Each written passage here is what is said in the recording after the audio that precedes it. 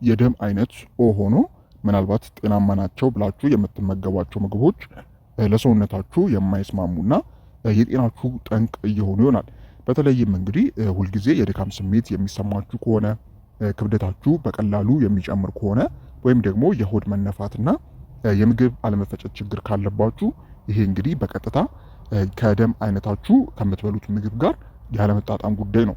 ሰላም ጤና ይስጥልኝ ክቡራትና ክቡራን ውድ የዩቲዩብ ቤተሰቦች እንደምናላችሁ። ዛሬ እንግዲህ በሌላ ቪዲዮ ተገናኝተናል። ዛሬ በዚህ ቪዲዮ ላይ እንግዲህ የምንመለከተው ስለ ደም ኦ አይነት አመጋገብ ነው።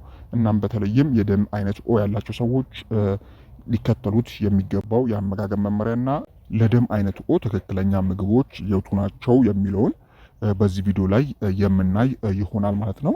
እንግዲህ ከዛ በፊት ሁላችሁም ይህንን ቪዲዮ ላይክ በማድረግ ጀምሩ። እንዲሁም ለዚህ አስተማሪ ቻናል አዲስ ከሆናችሁ ሰብስክራይብ በማድረግ ቤተሰቡ ሁኑ።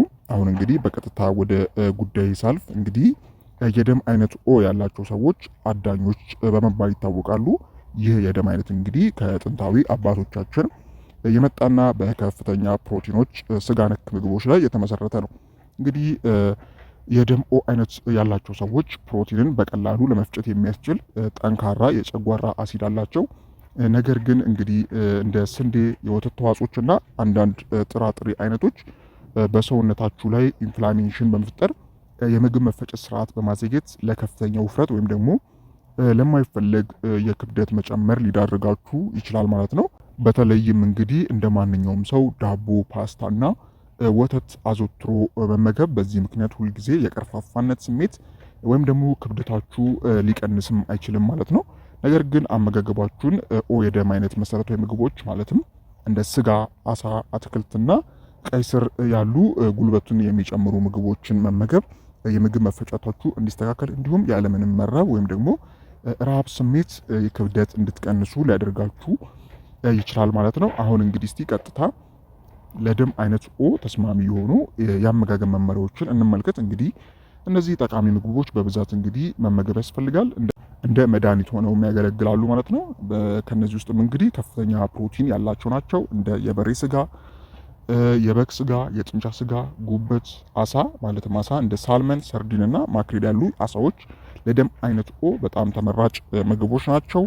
በመቀጠልም እንግዲህ አትክልቶች ናቸው። አትክልቶችም ማለት ቆስጣ፣ ስፒናች፣ ብሮኮሊ፣ ጎመን፣ ስኳር ድንች፣ ቀይ ሽንኩርትና ነጭ ሽንኩርት ወሳኝ ምግቦች ናቸው። ሌላው ከፍራፍሬዎች ደግሞ እንደ ፕለምስ፣ በለስ፣ ፕሩንስ እና አናናስ ዋና ለምግብ መፈጨት በጣም ጥሩ የሆኑ ምግቦች ስለሆኑ ከደም ኦ አይነቶች ጋር ሊስማሙ የሚችሉ ፍራፍሬዎች ናቸው ማለት ነው። ሌላው ቅባቶች ነው።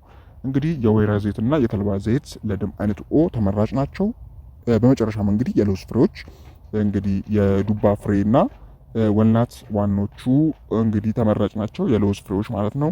አሁን ደግሞ በተቃራኒው ልታስወግዷቸው ስለሚገቡ ምግቦች ስንመለከት እንግዲህ እነዚህ ከታች የምነግራችሁ ምግቦች እንግዲህ መቀነስ ወይም ደግሞ ማስወገድ ይኖርባቸዋል። ምክንያቱም ለሰውነታችሁ እንደ መርዝ ሊሆኑ ይችላሉ። ከነዚህ ውስጥም እንግዲህ እህሎች ነው። ማለትም ስንዴ፣ ይሄ ማለት ዳቦ ወይም ፓስታ ነው።